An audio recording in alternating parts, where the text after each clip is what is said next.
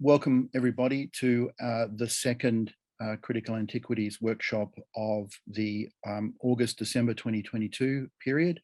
I would just like to preface our session today with an acknowledgement of country that the Critical Antiquities workshop today is, at least I think Tristan, you're at the University of Sydney as well, and so we are coming to you from Gadigal country that belongs to the Eora Nation, was never ceded, and that we pay respects to their elders past, present and emerging. And it is my great pleasure, and with myself and my co-director Tristan Bradshaw, it's our great pleasure to launch a wonderful book by Professor Marguerite Deslauriers of McGill University, a book entitled Aristotle on Sexual Difference, Metaphysics, Biology and Politics. It is a very ambitious and very exciting book, which I've started reading, and it promises to be a significant text on this particular topic for some time. As I said, Professor Deslauriers is from McGill University and has authored many works on Aristotle, and is the co-editor of the I think it's the Cambridge Companion to Aristotle's Politics, I believe. Is that right? The Cambridge Companion. Yeah. And so it is our great privilege to have her talking to us today about her book. We are also joined by Tristan Bradshaw from the University of Wollongong and Sara Brill from Fairfield University, who will respond and offer some views, controversial or otherwise, about their particular reading of this text. And then we will open up the floor to a general roundtable discussion. I made the introduction of the book available with the table of contents last week, so hopefully you've had a chance, everyone's had a chance to acquaint themselves with the material. But with no further ado, I might hand over to Marguerite to tell us a little bit something about the origins of the book and its mission and so on. Okay. Thanks a lot, Ben, for the introduction. Thanks for organizing this, and thank you so much to Tristan and Sara for agreeing to take the time to offer some comments, because everybody has too much to do, and I really appreciate that. So I thought what I would do by way of introducing the book is say something about the question it poses, my motivations in writing it, the structure of the book very quickly, because I think Sara is going to say something about that, and then my conclusions and what I take to be its contribution. So the question of the book is, how does Aristotle conceive of sexual difference? The differences between male and female, but also the differences between men and women. And I pose that question both with respect to Aristotle's biology and with respect to his account of social and political relations in the polis and in the oikos especially. So the reason this question seemed pressing to me, I was thinking about this, and I'll offer first a kind of autobiographical motivation and then a more obviously academic one. So I had a Catholic childhood, and we were told doctrinally that it was our souls that mattered and our bodies were matters of indifference really to God. And I thought, like, okay, I grasped the metaphysics, age 7. But then I was told that I couldn't be an altar boy because you had to be a boy to be an altar boy. And I thought, this makes no sense. And I was not given what I considered an adequate explanation at the time. So some years later, studying Aristotle, I realized that the tension I had seen in that infant class actually had its origin in Aristotle's metaphysics, natural philosophy, and politics, and that he too expressed a kind of ambivalence about these questions. So the the academic motivation was noticing that sort of, as you will know, 40, 30 years ago, there started to be a renewed interest in Aristotle's biology as philosophically rich and interesting. But relatively little attention was paid to what he had to say about sex as a phenomenon. And when I say sex, I mean the difference between males and females. So there was more research on the role Aristotle attributed to women in the polis, and some of that research seemed to assume that the limits on political participation for women that Aristotle advocates were somehow based on his understanding of their physiological imperfection. But I found very little that explained how the defects of women as females were supposed to cause or explain their political role. So I should say also, it seemed to me there was work that set out to exonerate Aristotle of sexism and work that reviled him for his sexism, but again, little that aimed to tease out the relation between his sexism and the philosophical commitments that, on my view, together led to his conception of sexual difference. So my project for the book was to analyze and detail the biological account of sexual difference and the political account, and to consider how Aristotle might have thought that the deliberative incapacity he identifies as characteristic of women in the politics was due to the incapacity for concoction that he takes to be fundamental to the female body, where that incapacity for concoction is due to the temperature of the female body, this account. So methodologically, my hypothesis starting out, I should say at a certain point, I believed that Aristotle didn't think there was any link between these things. And I changed my mind gradually on that.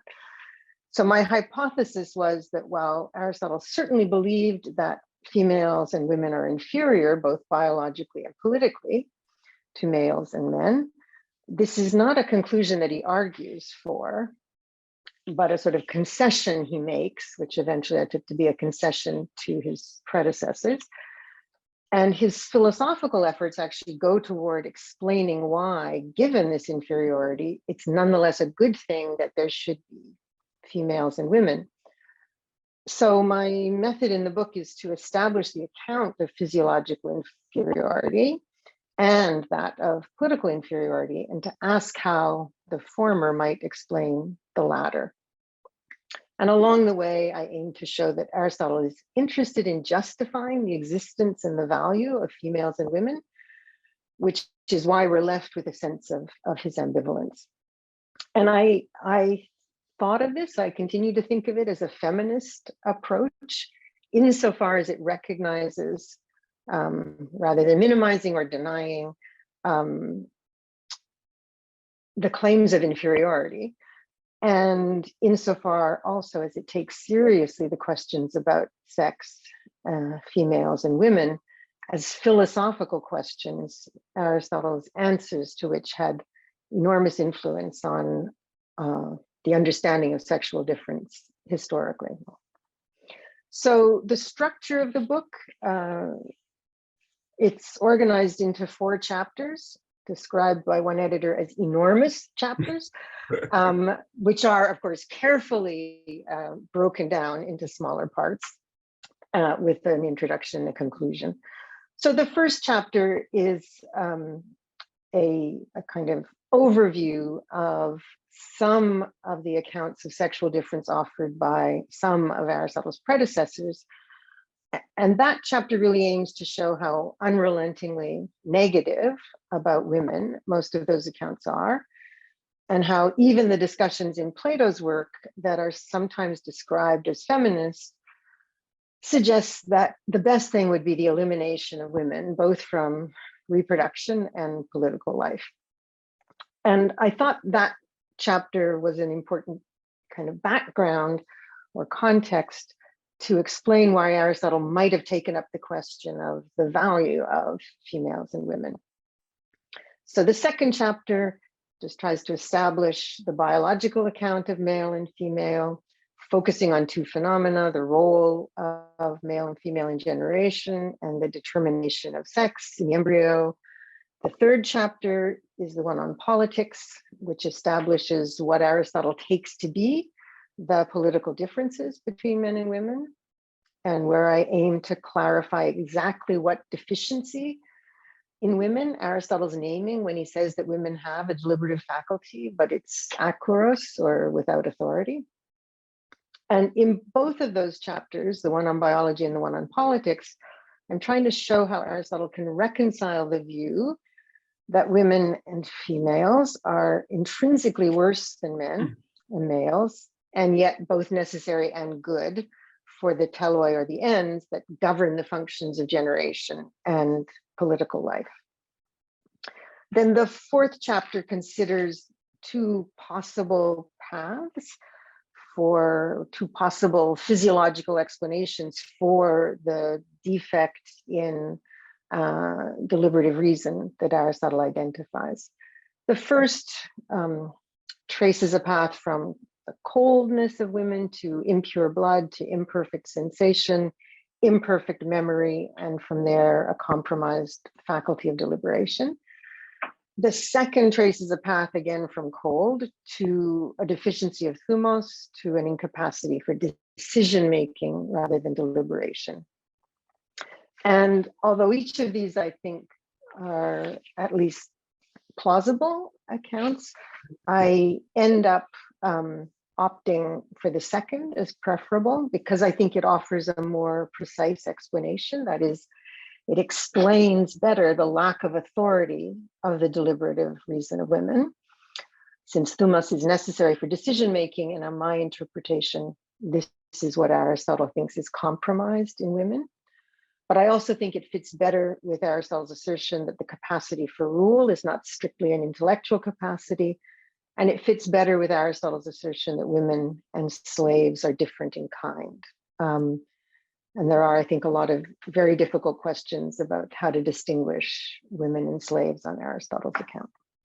So my conclusions then in the book are that Aristotle's arguments for the value of females in biological terms and the value of women in political terms have a parallel structure.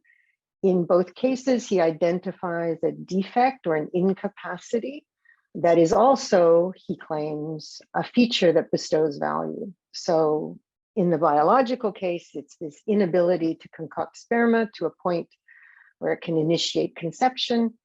And in the political case, it's an inability to be authoritative deliberatively. I think this only makes sense, so his account of sexual difference only makes sense when we view sexual difference in the context of wholes, these shared projects, whether biological or political.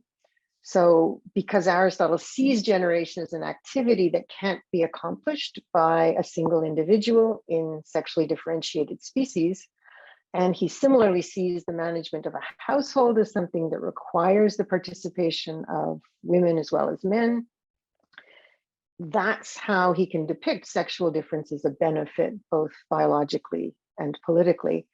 So it's a benefit, on my view, not to individual women, although in one sense it is a benefit to individual men, but sexual difference is really a benefit to the whole that's constituted by reproductive couples on the one hand and partners in the household on the other. So it's good for reproductive couples that there should be females who provide the material cause, and it's good for households that women can participate in deliberation but not decide, because that makes them good at being ruled, in fact. So Aristotle's view is certainly not that it would be good to be a woman. I mean, there is no sense in which he thinks anyone would opt to be a woman rather than a man. That's not the view. And it's not his view that the sexes are equal. But he does think, on my account, that the existence of females and women is good for the structures to which they belong. And it's good for them to display then those incapacities that are also capacities of a certain sort. So I'll stop there. Well, that is a huge undertaking. I mean, the book is extraordinarily valuable for its ambition, and I think it will be widely consulted for that very reason. So let's turn to the first of our discussants, Professor Sara Brill from Fairfield University. I'm going to hand over to you. I think you're going first. Is that right? We at the last minute agreed upon that. Thank you, Tristan. I appreciate it. Thank you so much, Ben. Thank you both for the invitation to get to be here. Thank you to all of you for being here, but also, most importantly, thank you to Marguerite for writing this wonderful book and giving us the opportunity to think together with some of these ideas. So I want to just begin by taking a moment to note what Deslauriers has accomplished with this book and its place in the current academic climate. It's 4 chapters, 27 sections, 78 subsections, and 6 subsections bring the full weight of her over 20 years of thinking about, with, and against Aristotle to bear on the question of Aristotle's treatment of sexual difference. Her particular focus on the relationship between Aristotle's treatment of sexual difference and the metaphysics, the biology, and the politics is important, timely, and also requires depth and nuance in reading Aristotle across multiple fields of inquiry. This is really hard to do, and yet Marguerite makes it look easy. Especially noteworthy are the book's comprehensiveness, its ability to bring both rigor and nuance to a significant portion of the entire corpus, and its restraint. It makes every effort to eschew attributing intention to Aristotle. This is a gold standard of Aristotle's scholarship, and it's extremely hard to maintain. So really, it's more of a regulative ideal, and this book represents a model for how to do this. Deslauriers leaves certain decisions in the hands of the reader, whom she has equipped with significant tools for making her own decisions, a skill that offers us some insight into Deslauriers' pedagogical as well as scholarly commitments. I do also want to note, though, like, don't let the adjectives comprehensiveness and restraint fool you. They are certainly models, but I want to emphasize that she's written a book that's exciting to read, that pulses with a keen and illuminating energy. It offers us a methodological blueprint for how to draw these connections between Aristotle's metaphysical, political, and zoological theorizing, but also for one way to locate Aristotle within the intellectual climate and debates of his time, and specifically for how to think about a tension that has galvanized debate about Aristotle for some time, that tension between his sort of hierarchizing and his descriptive impulses. So translating that into the question of sexual difference, we could say that tension between the clear statements of women's inferiority on the one hand, and the account of the value of women and of the female principle on the other. So to dive in a little bit, in her discussion of Aristotle's argument for the biological basis of sexual difference, Deslauriers points out that the ontological status of sexual difference must be read in the context of the synonymy of anthropos. That is, however men and women differ in kind, they are the same in form. So concludes Deslauriers, because men and women both instantiate the form human, their differences must be a difference in material. And so while both concoct material vital for successful reproduction, they concoct different material and concoct it differently. Men's concocted reproductive matter is finer, better than women's, but both are necessary. So I'd like to pose a question here about how Deslauriers conceives of the relationship between nutritive and reproductive functions, such that they're contained within the same psychic capacity, so that the difference between male and female, or men's and women's contribution to a successful reproductive function is ground in an engagement with a thinker like Empedocles, who will see the unity of nutritive and reproductive functions in a very particular way. And Aristotle, I think, sees them differently. And I would like to hear more about that.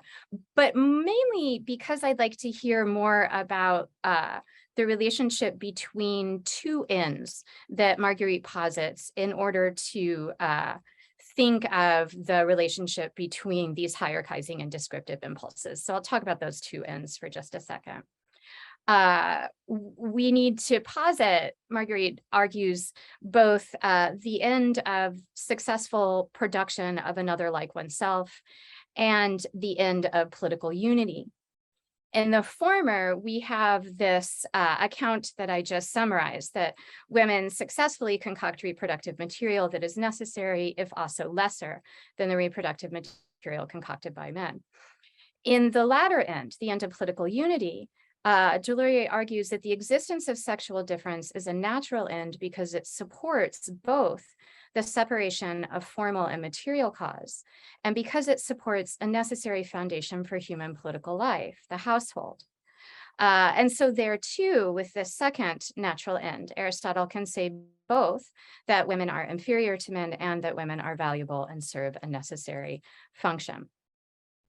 One place where these two ends seem to collide is in the one part of the politics where Aristotle does address the sort of mechanics of human reproduction, and that is with the eugenics legislation of the city in prayer, where the well-run cities, argues Aristotle, can't afford to not take both the quantity and quality of human offspring into account and should legislate accordingly. And I wonder if Deslauriers would agree that this suggests a kind of connection between the end of producing another like oneself and the end of political unity. I mean, one thing that we can say that Aristotle seems to think that reproduction and one of the highest expressions of human virtue, that is contemplation, have in common is that both are aiming toward a kind of godlikeness. That is, the reproductive mandate is an impulse to imitate the ungenerated and eternal living of the divine. Contemplative life, says Aristotle in Book 10 of the Nicomachean Ethics, is a life that attempts to attain a kind of godlikeness. And there Aristotle is very clear that we shouldn't let its divine quality dissuade us from the possibility of realizing it to the extent possible in human life. And so I'm just wondering if we could hear a little bit more about how to think about the relationship between the kind of godlikeness that we are attempting to attain in the reproductive mandate and the kind of godlikeness that we're attempting to attain in contemplative life. There is context or grounds for thinking of them as closely intertwined in Plato's work. Arguably, Plato's diatoma, when she says the symposium that children of the soul are better than children of the body, is extending a kind of reproductive metaphor to philosophical thinking. Other areas in Plato's dialogues push the sense in which that's even a metaphor because of the kind of perpetual imagery of the seed in accounts of philosophical thinking in the Platonic dialogues. And so I'm just wondering, with that kind of background in mind, it would be really wonderful to hear what Marguerite thinks about the relationship between those two ends. So I'll posit that as one question. To move on then to the political arena, we can see a similar sort of move as Marguerite summarized in her account of the difference of the way sexual difference functions in the polis. Both men and women deliberate. For Aristotle, the difference is in their ability to decide. And this difference, this is the difference that requires that we sort of bridge the gap between Aristotle's political and zoological theorizing, as this difference is due to a difference, ultimately, Marguerite believes, in thumos, between the male and female. I'll just confess to finding the discussion of thumos one of the most exciting in this book, in part because the object itself is so fascinating, this sort of pro-social, pro-ruling impulse to ardently, angrily defend what is one's own. And so here I just invite Marguerite to say a little bit more about two other aspects of thumos, the role it might play in helping us understand Aristotle's criticism of actual cities in which women have greater rule than he thinks they should. So in particular, his critique of women's rule in Sparta, and an implicit alignment there between women and tyranny. And then also how thumos might help explain a larger source of a kind of, it seems, uniquely human political instability. That is, human beings' poor assessment of the place of what is their own, a tendency to inflate what belongs to them and deflate the value of others. So I'm wondering if this might not be a useful, potentially rich topic of discussion. And then one more note before I turn the floor over.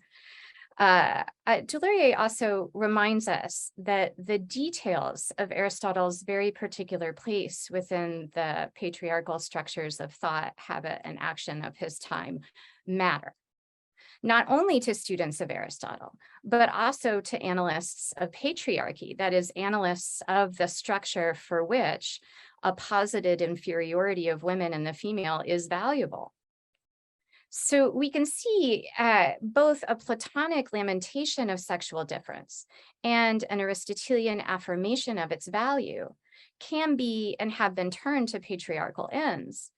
But Deslauriers reminds us that the differences between these two approaches to sexual difference shed light on the different relations between structural features that any given patriarchy can afford, and also suggest weaknesses, gaps, incoherencies, and inconsistencies that might have been useful in helping actual women carve out livable lives. So the question, a final question for me in this is whether philosophy served or thwarted those efforts. We can think about it in terms that are closer to another temporal context that I know is dear to Marguerite's scholarship, the Italian Renaissance. So it looks like we have two kind of circles of hell, a Platonic circle in which women must become men, and an Aristotelian circle in which women must perpetually perform their inferiority.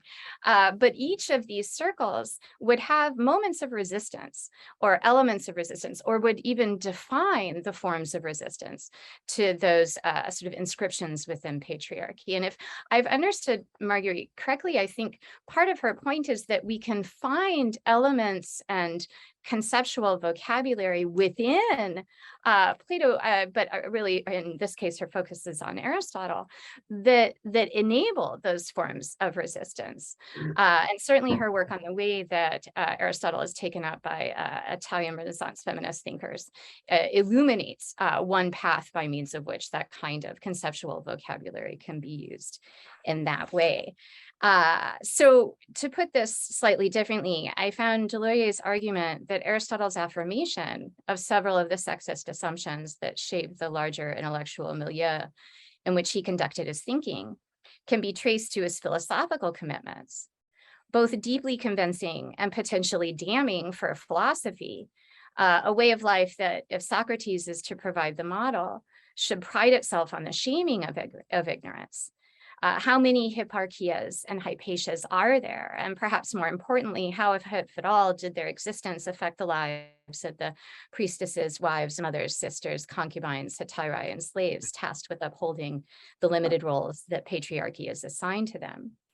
So the relationship that I kept finding myself returning to in reading and rereading this book, and one that I'm hoping to make some space for Marguerite to say something about if she would like, is that between philosophy and feminism. I would agree with Marguerite's assessment that this is a feminist text. In particular, I'm struck by the clarity of its demonstration of the way in which patriarchy arrogates to itself the determination of value, the role it requires everyone to play in supporting what amounts to a set of beliefs about what is valuable and why. Individuals may be responsible for how they take up these roles, but their allotment in place and the specific roles expected of them exceed any one thinker or activist or student. This approach neither defends nor condemns any one person then, but rather it places on the student or scholar the burden to look to the structure And here, Aristotle's systematizing impulses are helpful, at least in Marguerite's hands, in highlighting that structure and then showing us a collusion between aspirations for the city, models of organic unity, and cosmological theorizing. So thank you so much. And I will now cede the floor to Tristan. Well, would it perhaps be appropriate to allow Marguerite to respond directly to that? I mean, I'm quite happy to go straight to you, Tristan, if you'd like, but maybe while some of those wonderful reflections are still fresh in the mind, perhaps Marguerite, would you prefer to wait, or would you like to address some of them now?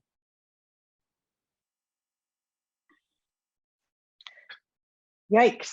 I thought I'd have another minute. Okay. So I'm quite happy to throw to Tristan while let me at least try to make sure I understand Sarah's questions, and then Tristan, of course, there might be some overlap, so we could. So Sara, the first question was about how to conceive the relationship between nutritive and reproductive functions for Aristotle. Is that right? That's the and so on the one hand, I think that's, but I think I am not grasping the force of your question, because on the first sort of answer that comes to mind is, well, they are the same faculty because they are both, they govern the concoction of nutrition into other things, like into blood that becomes parts of the body, and then any blood that's left over that isn't required for those parts of the body becomes concocted into a fertile residue, whether the catamenia or the sperma. So there's a kind of single physiological process that has two products, two products. The product that is blood that then becomes a second product if further concocted. So that's the really kind of plain and obvious answer to the question, how does he see the connection between these? But you were framing it in a way about how these two ends of the successful production of another like oneself, so the biological telos and the telos of political unity, might come together. And you were suggesting that those ends might collide, and I think I didn't understand that. Sure. So thanks, Marguerite. I could definitely clarify a little. I wonder if, in the same way that we might think that both nutrition and reproduction sort of serve this end of an impulse to possess a kind of divine life, to the extent that mortal beings are capable of doing so. Mm-hmm.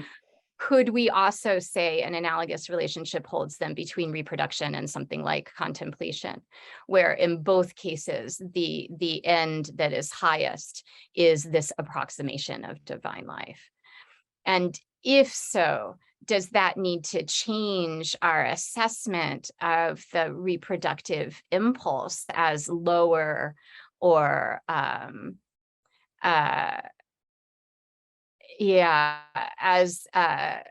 less revelatory of the capacities of the human? Mm-hmm. Yes, because I think Aristotle is pretty clear about that, right? In Generation of Animals 2:1, he talks about the way in which reproduction gains a kind of immortality for any species. But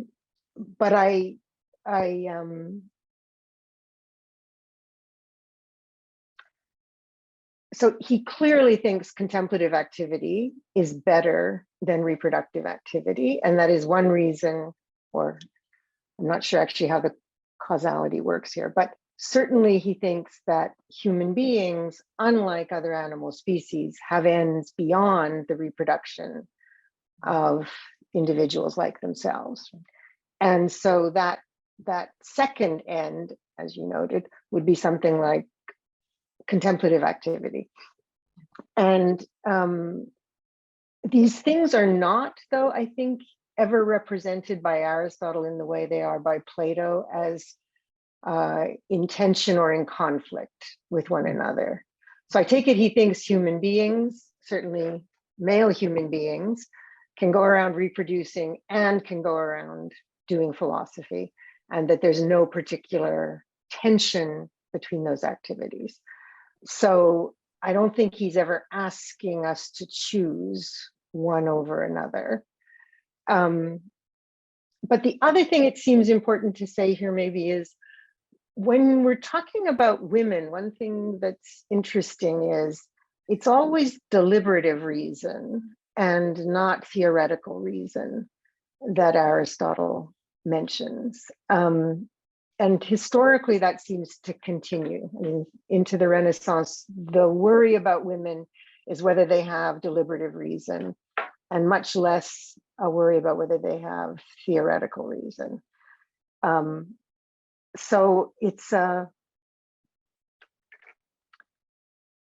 well, so there are questions about, given what he says about women's deliberative reason, is there some reason to think that their theoretical reason must be compromised? But that doesn't seem obvious to me. So yeah, it might be something other people think.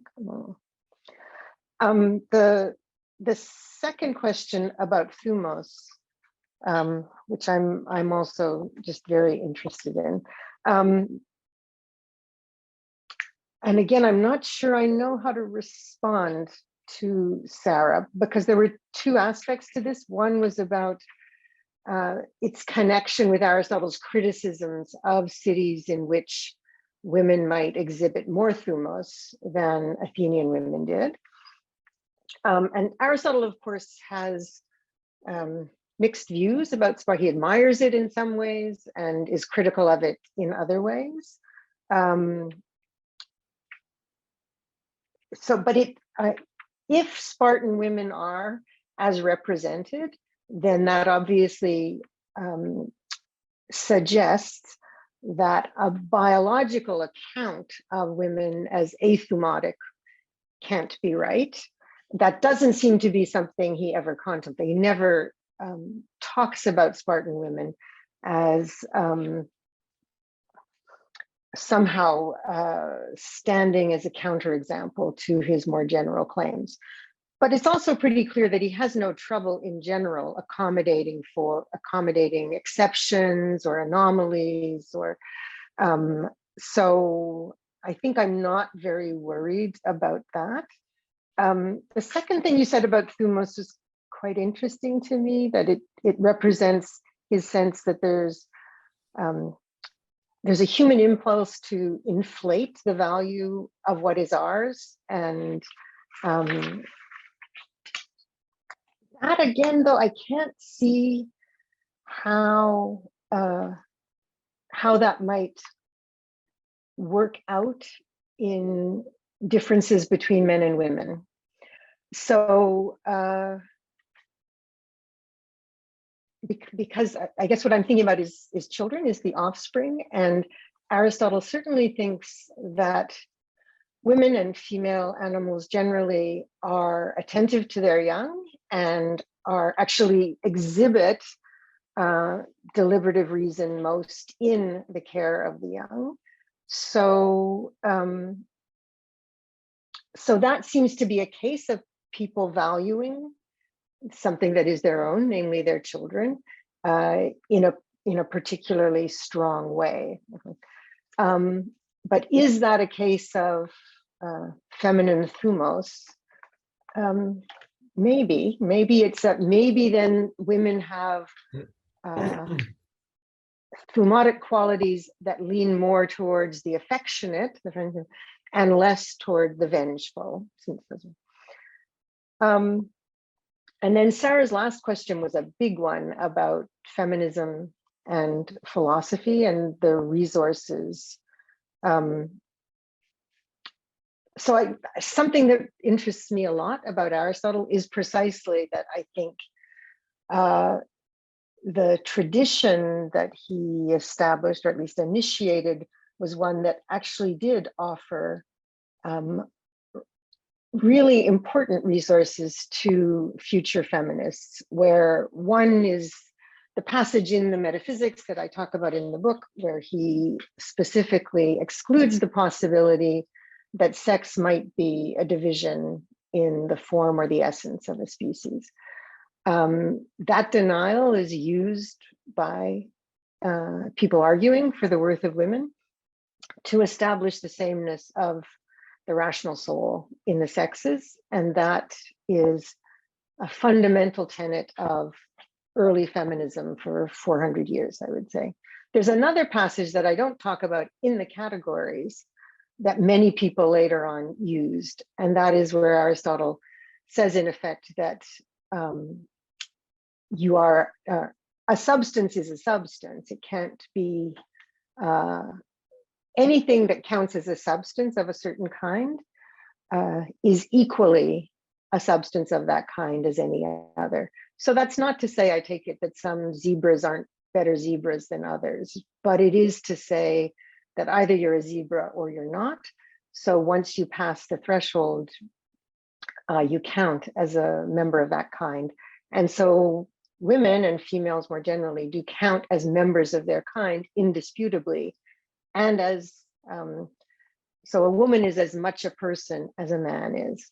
And that's another passage that feminists really relied on. The last thing I'll say is about Sara's suggestion that, of course, there are feminist arguments in Plato, and what's interesting to me is the way in which those get a lot of uptake really in the 20th century, but prior to that, Plato is gestured to by early feminists more as a guy who's on our side, kind of. But with actually little specific analysis of the famous bits in the Republic 5, especially about training and education for women that is like that of men. And I don't really know what to make of that, because certainly the Republic was available to everyone at the same time.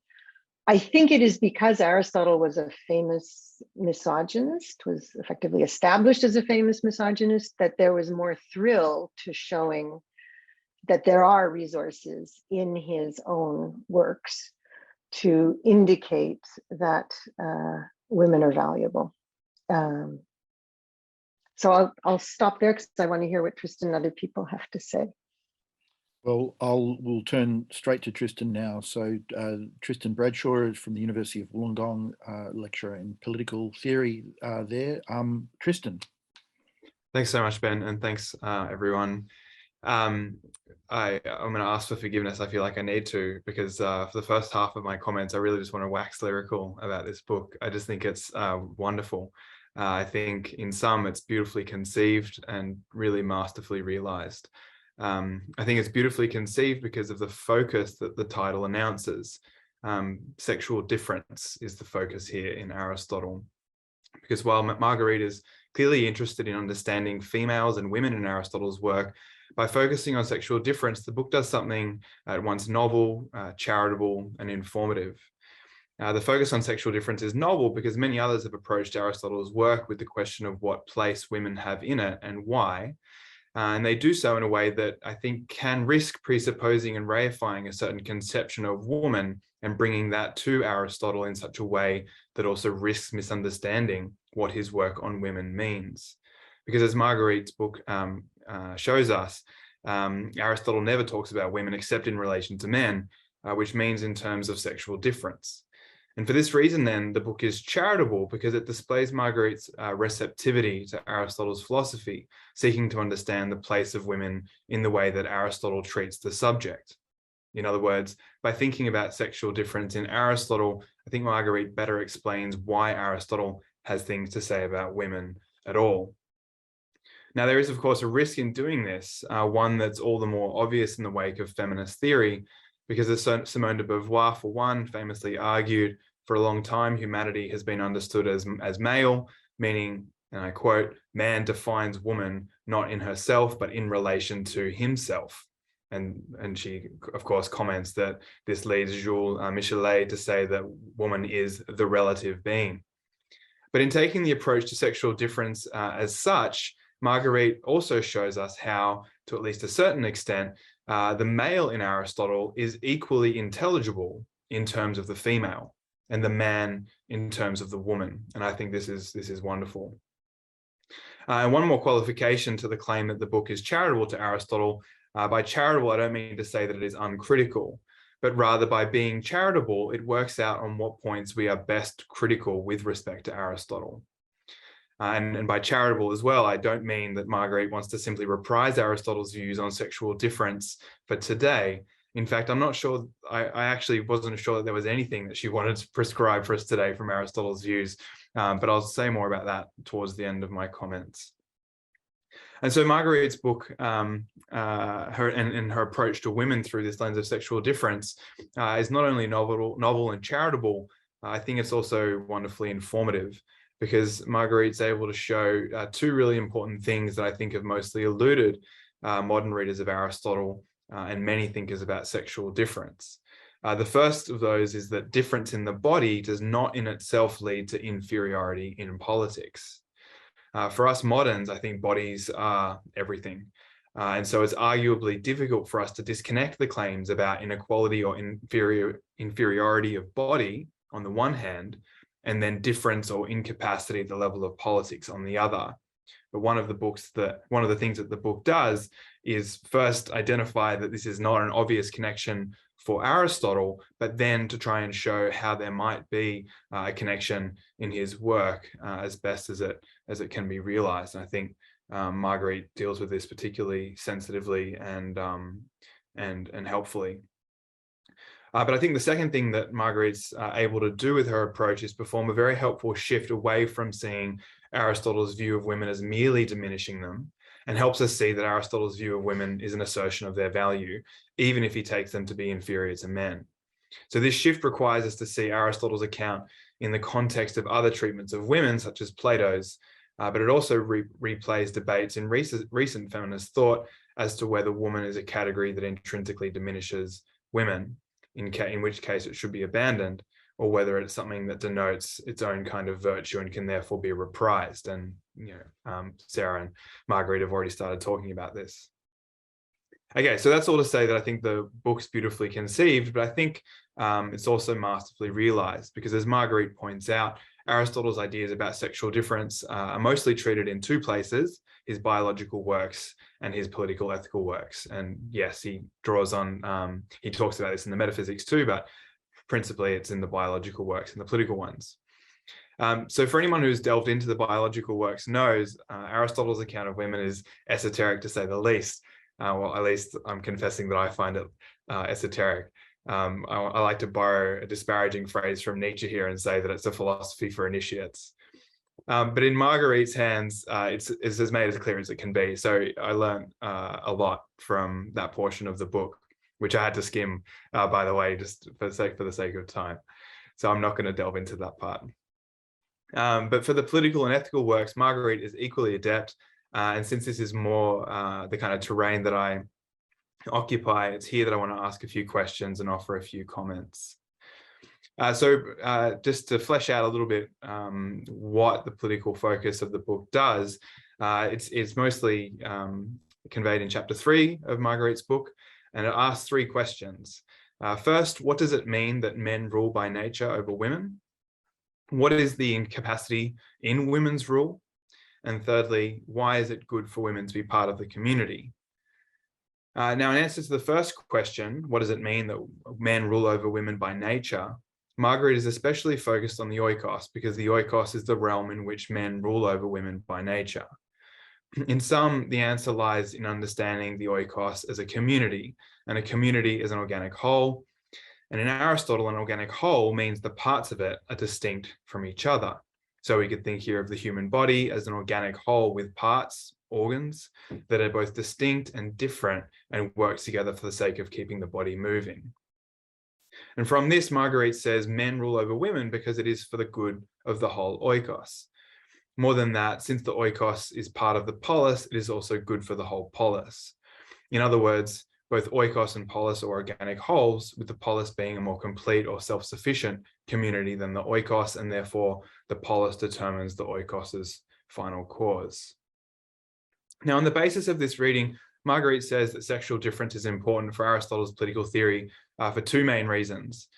First, Aristotle thinks that the rule of men over women is best, and that means it's not merely conventional or optional.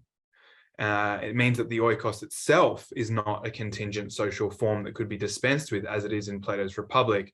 Rather, the oikos is a fundamental part of political community.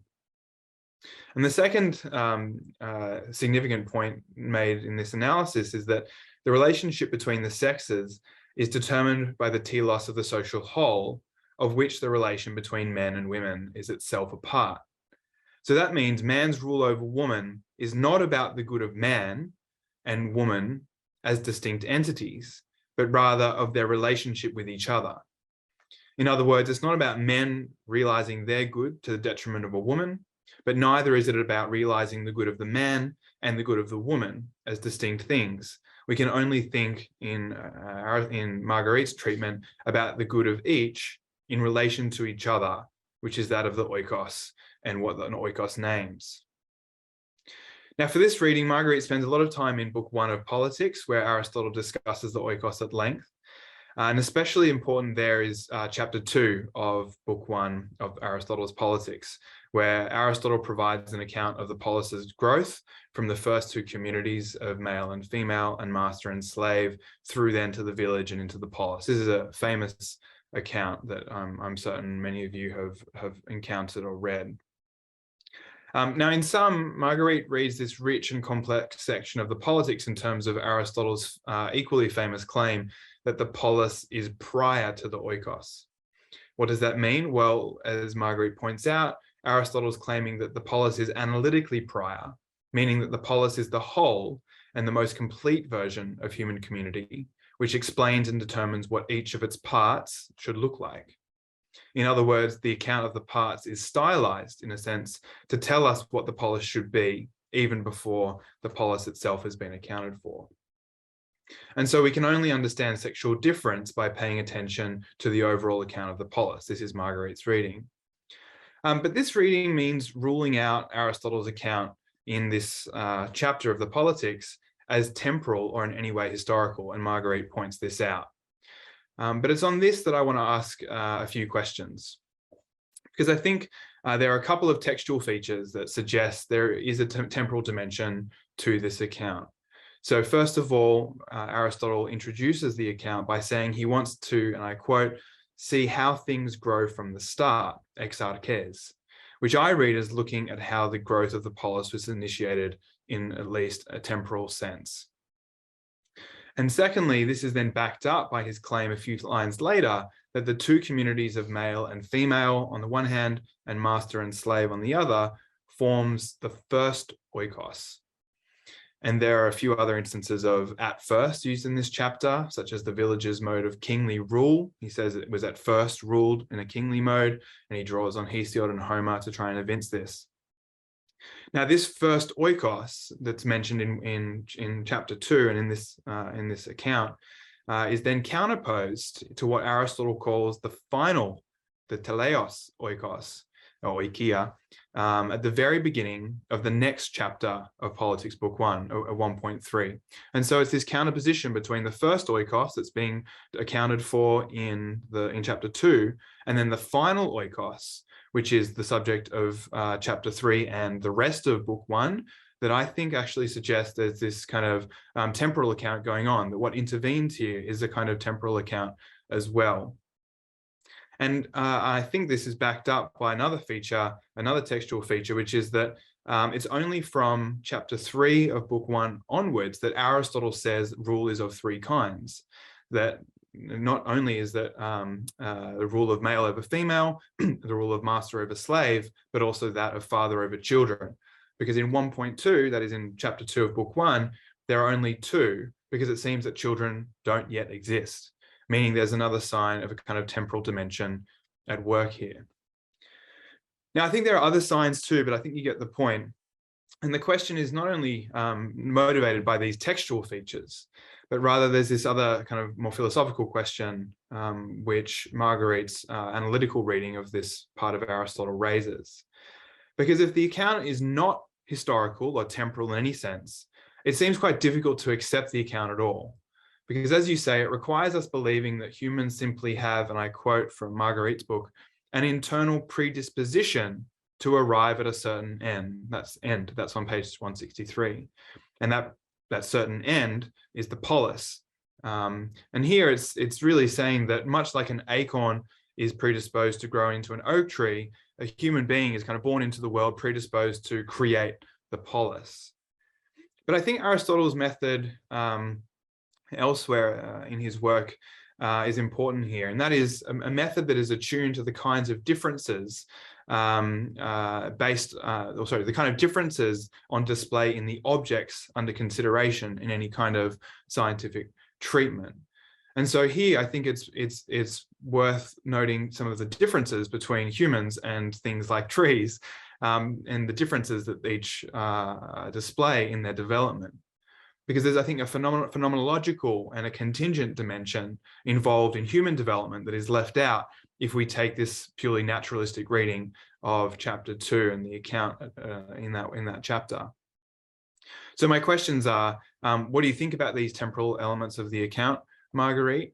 And what difference would it make to our thinking about sexual difference if this really important account, where Aristotle says we get the best theoretical grasp of the polis? That's how he introduces the account in chapter 2 there. What if we take it as not merely naturalistic or analytical, but also temporal and partly, in some respects, a historical account as well? Now, just to conclude, as I flagged earlier, I'd also like to ask you about what kind of critical work you think the book does. So in the book's introduction, you say that getting clarity on Aristotle's account of sexual difference is worth it for its own sake. And I think that's completely true. But you also see the book having a critical dimension. And that's because, and I quote, "In many respects, Aristotle's discussion of sexual difference has set the terms of a historical debate that is ongoing," end quote. So for instance, and I quote, "Almost all arguments that aim to exclude women from citizenship, political participation, or governance have asserted that women have imperfect reasoning capacities, and they trace that imperfection to women's bodies. In understanding Aristotle and sexual difference," you continue, we understand the structure and the sources of these arguments," end quote. So here I hear you saying that by understanding Aristotle, we are better able to parse contemporary derisive claims about women's inferiority. And I think this aligns with what at least Ben and I have understood to be the critical capacity of Antiquities artifacts. That is, we can better understand the negative features of both antiquity and modernity, and by better understanding them, subject them to critical scrutiny. I think this seems to be a version of something else you discuss in the book, which is what Aristotle calls the kritikos work of synesis, comprehension, which is something which he admits women have the faculty for. That is, this allows us to discriminate features of our existence. But I want to ask whether you think Aristotle can do more. Can he still be prescriptive for us? That is, can he help us with the work of phronesis and not just synesis? So in some respects, this is to ask how embedded Aristotle's political and ethical philosophy is in the rest of his thought, which I know Marguerite's aware of. She discusses it in the first footnote to chapter 4, for instance. So people like Richard Kraut think that Aristotle's political work or his ethical work is autonomous. And moreover, he thinks that we can extract the good from the obviously bad parts. So we can kind of sideline the derisive comments about women and then reprise the good that is left. So I'm curious to know what you think about that, and whether you think that's a strategy that's available to us, and therefore introducing another kind of critical dimension to Aristotle's work, where we can reprise it prescriptively and let it work critically on the present and the way in which we think about sexual difference now. So for instance, do you think we could desexualize Aristotle's account of virtue and de-despotize it, for want of a better word, and embrace his account of the virtues of natural rulers and of ruled, That is, could we still talk about natural rulers in Aristotelian terms and natural subjects in Aristotelian terms without simply kind of reprising some, despotic, politics that's completely counter to the age. So that's the sum of my comments. Thanks. Well, no pressure, Marguerite. We have this terrible tendency to put the recipients of our book launch on the spot with very tough questioning. What a wonderful reflection from both Sara and Tristan. Marguerite, do you have anything you'd like to say in response to Tristan? Yes, thanks a lot. I'm really interested in what you made of it. So the two questions, the second one is, I think, of interest to lots of people, but the first one about the temporal versus analytical reading of that, I think I am committed to the analytical reading, although of course I grant that it is possible to read it historically. The language you mentioned as reasons for reading it historically, though I'm not sure, the XR case, I don't think that has to be a temporal reference. And even talk of first and last for Aristotle does not, I think, have to be. So I don't think we're required to take the historical reading of the progression from these early couples to, although I'm very interested in what you said about children not appearing until later in Politics 1, and I haven't thought about that, so I do want to reflect on that and see what that might mean.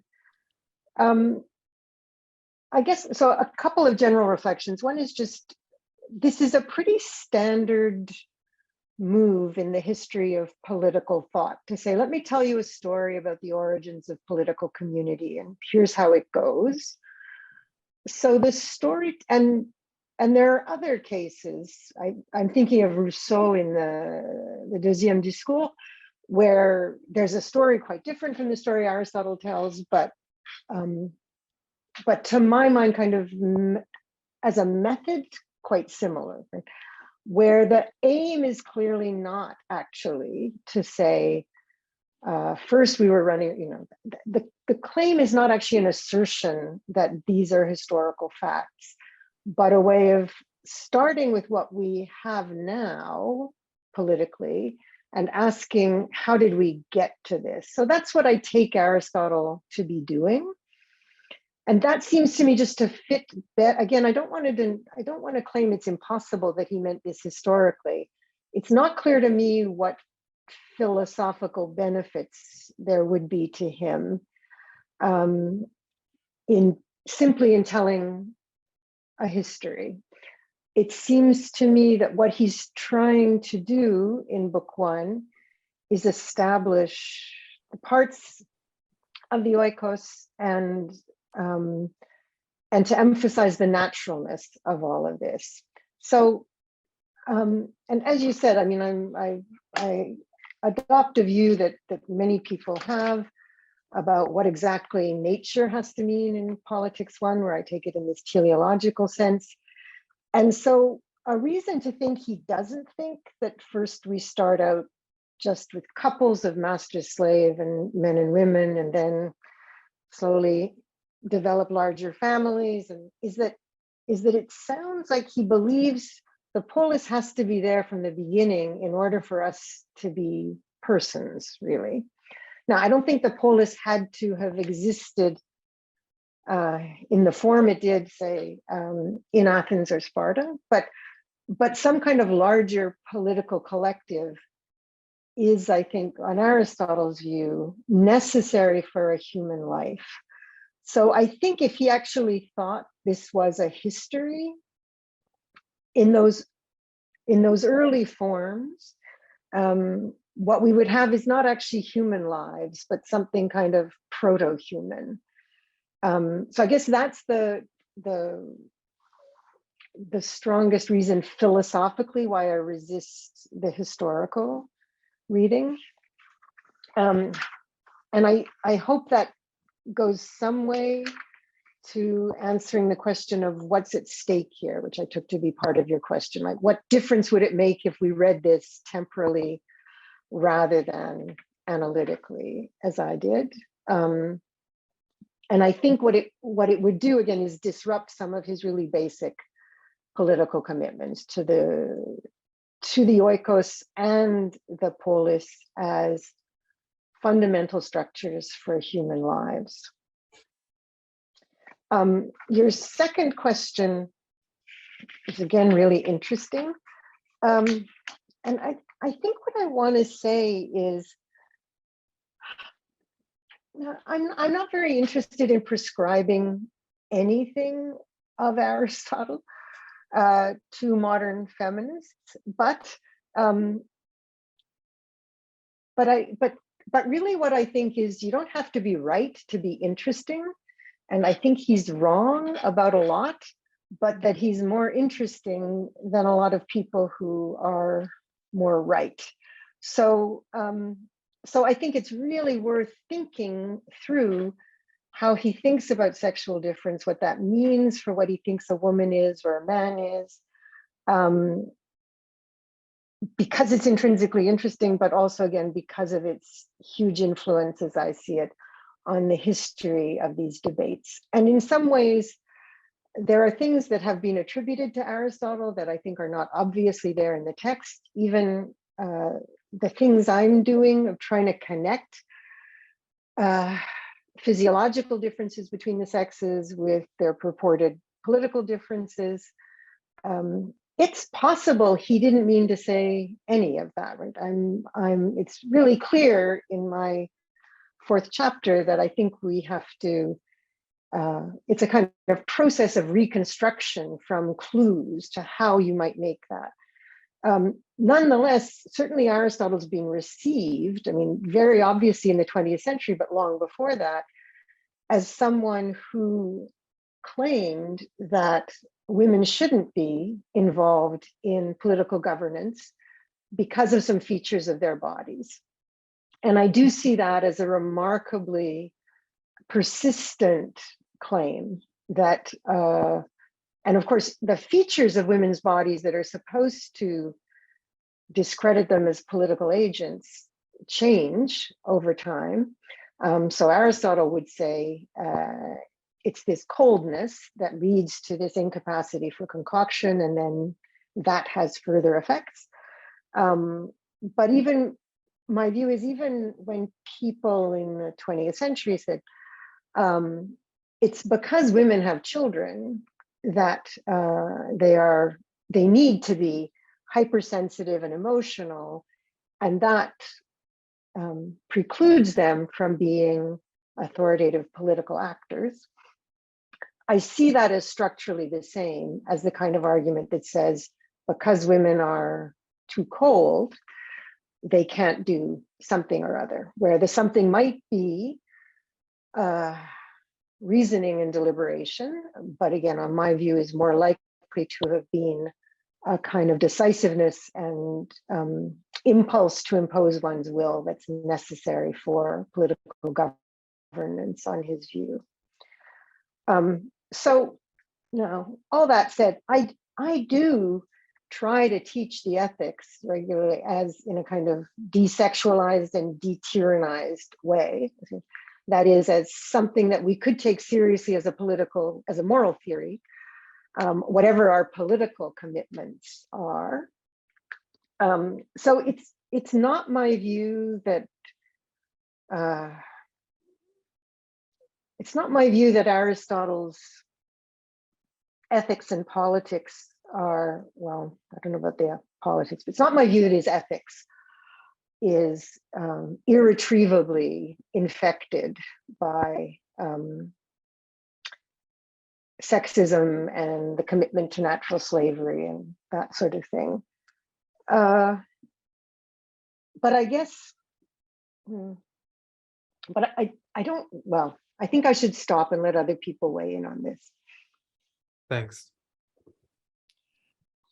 All right, well, we might turn now in the 20 or so minutes that we have remaining to throw open questions to the floor.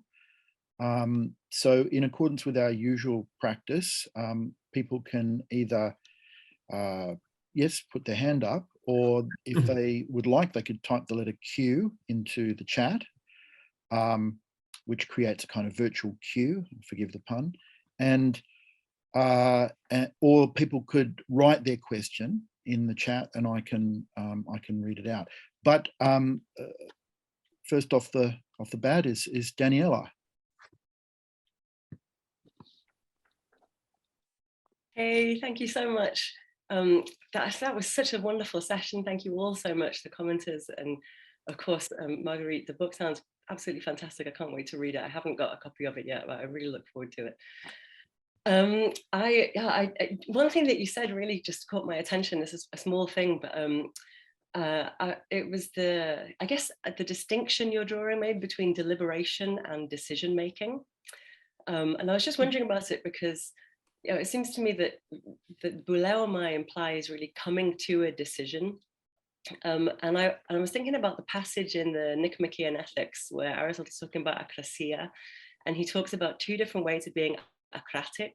There's let me just actually grab the quotation. Here we are. So he talks about there's the weak versus the impetuous. So there's the weak having come to a resolution, bouleuosamenoi, on account of passion do not keep to what they decided, bouleusanto. The impetuous, on the other hand, on account of not making a resolution, tome bouleuosastai, are led by passion throughout. And I just wondered if you talk in the book about the ways in which Aristotle may have seen women as acratic, if that was one of the kind of categories that you work through. And I apologize if it's like a super obvious thing and you, of course, I haven't seen the book yet and I'm very excited to read it. But I just wondered if there were ways that either you saw him thinking of women as either one of those alternatives or maybe both. But just kind of what the specifics were in the way that they're deliberative. They have some deliberative quality, but they don't arrive at a decision, or they make a decision but they stick to it. Yeah, anyway, you see where I'm. Thank you very much. I really enjoyed it. Thank you.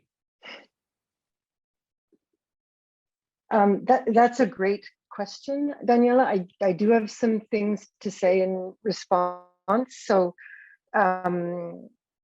first of all, the motivation for distinguishing between deliberation and decision, which I agree is problematic because of how Aristotle talks about boulesis and the relation between that and proairesis.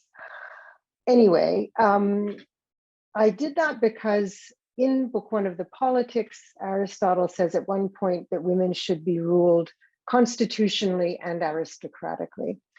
And but having said so politically, and having said that, he says, but of course I don't mean that we should. Usually constitutional rule means that we trade places, but of course that's not what I mean here. That should be so.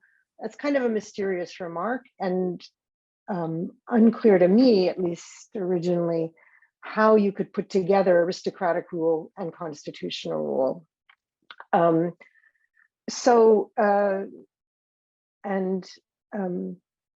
Anyway, well, there are things Aristotle says later in the Politics about people being ruled politically or constitutionally, and how they can participate in deliberation without being the decision makers. So that seems to be for him a political possibility. And it seemed to me that that might be the best way to make sense of the claim that men should rule over women, both aristocratically and constitutionally. So I also try to tease out some ways in which he thinks in some sense there's a sharing involved between men and women, but it can't be a sharing of rule as such. It's a sharing of sort of domains, because he does want to grant to women some sphere of control. The question about acratic is really interesting because many people have read the claim about the deliberative reason of women being akouros as the claim that women are acratic, right? That their deliberative faculty cannot exercise authority over their passions and desires, and so they are acratic.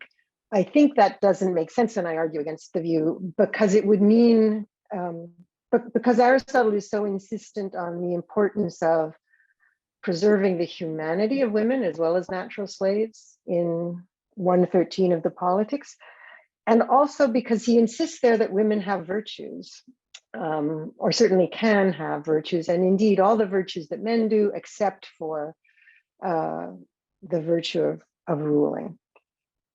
So he can't, I think, mean to say that women as a sex are constitutionally acratic. And he's got strong political reasons for not because if women are incapable of virtue, then basically we can't expect anything of, right? We can't insist, it makes them into animals of whom we can have no expectations. And I think that's really worrying for him. The distinction between the two ways of being acratic is also really interesting to me. And there's a very good paper by Karen Nielsen on this, and I'm forgetting the title of it now. I think it's in my bibliography somewhere, but I'm happy to send it to you, where she does make something of this distinction and tries to tie it to the notion of akouros. It seems to me there's evidence elsewhere in Aristotle, in the History of Animals and other places, to suggest that he thinks women are soft, where that has to mean morally speaking. And so that might be a reason for thinking that they're more inclined to be acratic in that first sense of unable to resist certain things. And it would make sense from my view that men would be acratic in the more impetuous way. So there may be a kind of sexual difference in the manifestation of akrasia, but I'm not sure about that. I just offer that as but thanks a lot for the question. In the absence of an immediate follow-up question, I might, if I could, just ask a question or make some observations from the chair. I find the definition of this word akouros very interesting. I mean, if one takes a purely Athenian point of view, it has a very precise legal meaning, but it also has a strong meaning of lacking in sovereignty, in which case it's the inability to realize or bring to fruition something which one has conceived. And that reminds me of that wonderful book by Marcel Détienne, The Gardens of Adonis, where he kind of draws attention to the fact that in certain rituals, women plant little gardens of lettuce which are designed to wither and not come to being in the sort of hot dog days of summer, where there's this kind of thought or this idea that that while women are capable of giving advice and they're capable of offering opinions, there's something intrinsically about them that is unable to bring that to realization. Now, you said that it had to do with the inability to impose or the lack of the impulse to impose one's will, which would mean then that it's a sort of male violence or implied violence that underpins kureia or to be kurios, which is kind of interesting. So, but also these words, bouler, belutikon, belusis, and so on, and kyrios are also, I mean, Daniela knows more about this than I, are very key terms in Athenian democracy too, right? So there's a whole sort of backdrop of that. And my last observation / point would be in response to Sara raising the question of Sparta and the notorious passage in the Politics about Sparta being a gynocracy. What's interesting about that passage, of course, is that Aristotle's not really saying anything about women in biologically or their political capacity in that. What he's saying there, I think, is that Sparta has made the terrible error of splitting purely political life from the oikos, and so that what happens is that by being confined only to the oikos and having no role to play in the generation of citizenship, because citizenship is co-opted through pederasty and through the sycetion in Sparta, and so therefore by not having a kind of generative principle accorded to women in the passing on of citizenship in Sparta, therefore women are kind of left to their own devices, right? And the only sphere in which they have any kind of operation is in the oikos, which means that women have complete control over property. And Aristotle's point is sort of the Spartans wake up 150 years later to discover that women own everything, and they've been deciding how that gets passed on, and inheritance patterns, and establishing marriage contracts and so on. And then he says, and as a result, 3/5 of Sparta is owned by women, but he doesn't then link that to kind of an improvement in the capacities of women. In fact, he says by being in control, that it makes them less courageous. And he cites the example of the Spartans receiving the news of the defeat at the Battle of Leuctra, and says that women panicked unnecessarily and showed themselves to have less, stamina and capacity to kind of bear up under difficult circumstances than any other women. So there's a sort of, it's worth actually sort of really sort of reading that passage again. I find that extraordinarily interesting. The whole question of what is gynocratic about Sparta there. And there's some fantastic literature on this as well. But look, I mean, these are just my musings on this, and it's I guess a measure of just how immensely fertile this book is, that it's generating all of these wonderful thoughts. We have a final question from Amelia. Are you there, Amelia? Hi, thank you so much for that. That was absolutely fantastic. I mean, I'm more of a historian and archaeologist than any sort of scholar of Aristotle or philosophy, but it was really interesting to hear about this. And I just wanted to ask a little bit about the oikos. And is there a kind of idea that, like in the 19th century and even into the 20th century, there was very much this idea in America, at least, about politics, that the husband should consult the wife, or maybe the assumption that the husband would consult the wife, and therefore the oikos, the household, somehow in the American political sphere was conceptualized as being a kind of constituent part of the political system in a bigger way, because there was this consistent response to the votes for women and the suffrage movement that the women should be involved with the political system via the husband in the oikos.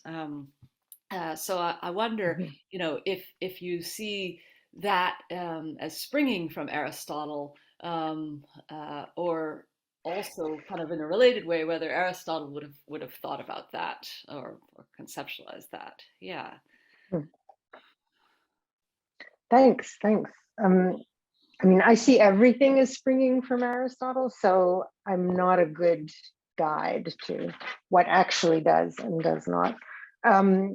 But I think the point you're raising, Amelia, is about understanding well, there's an obvious point to make about the difference between an oikos and a family, and it's probably ahistorical to just conflate the two, but it is quite possible that a 19th century American family was actually living in a way that resembled an oikos in Aristotle's sense. So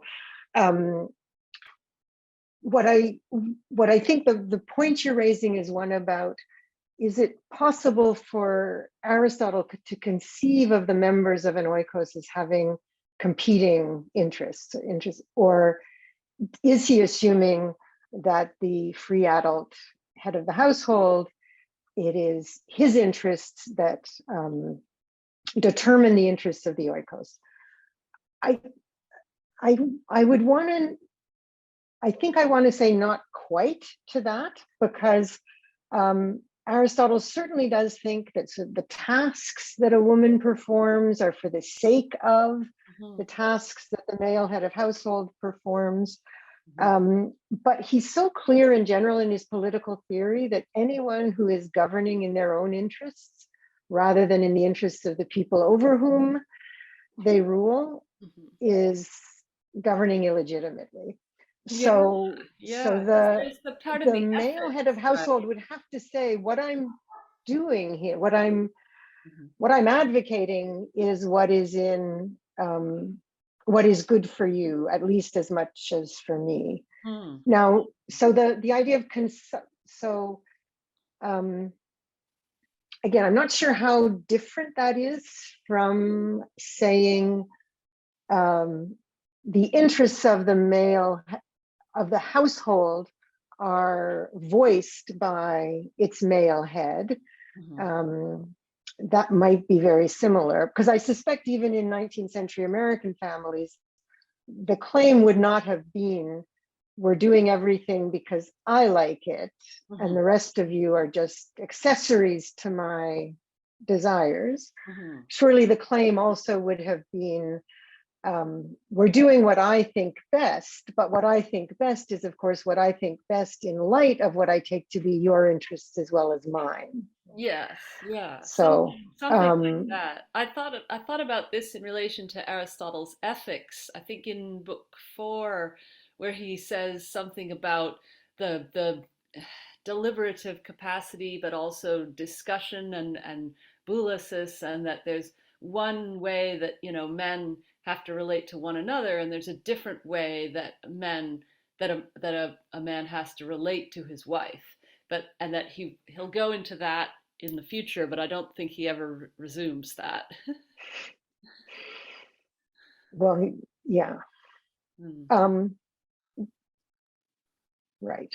So yeah, I think, yeah, it's interesting to think about the deliberation and this kind of idea of deliberation and decision making, and you know how that has changed. I mean, especially in the 1920s and 30s, there was a lot of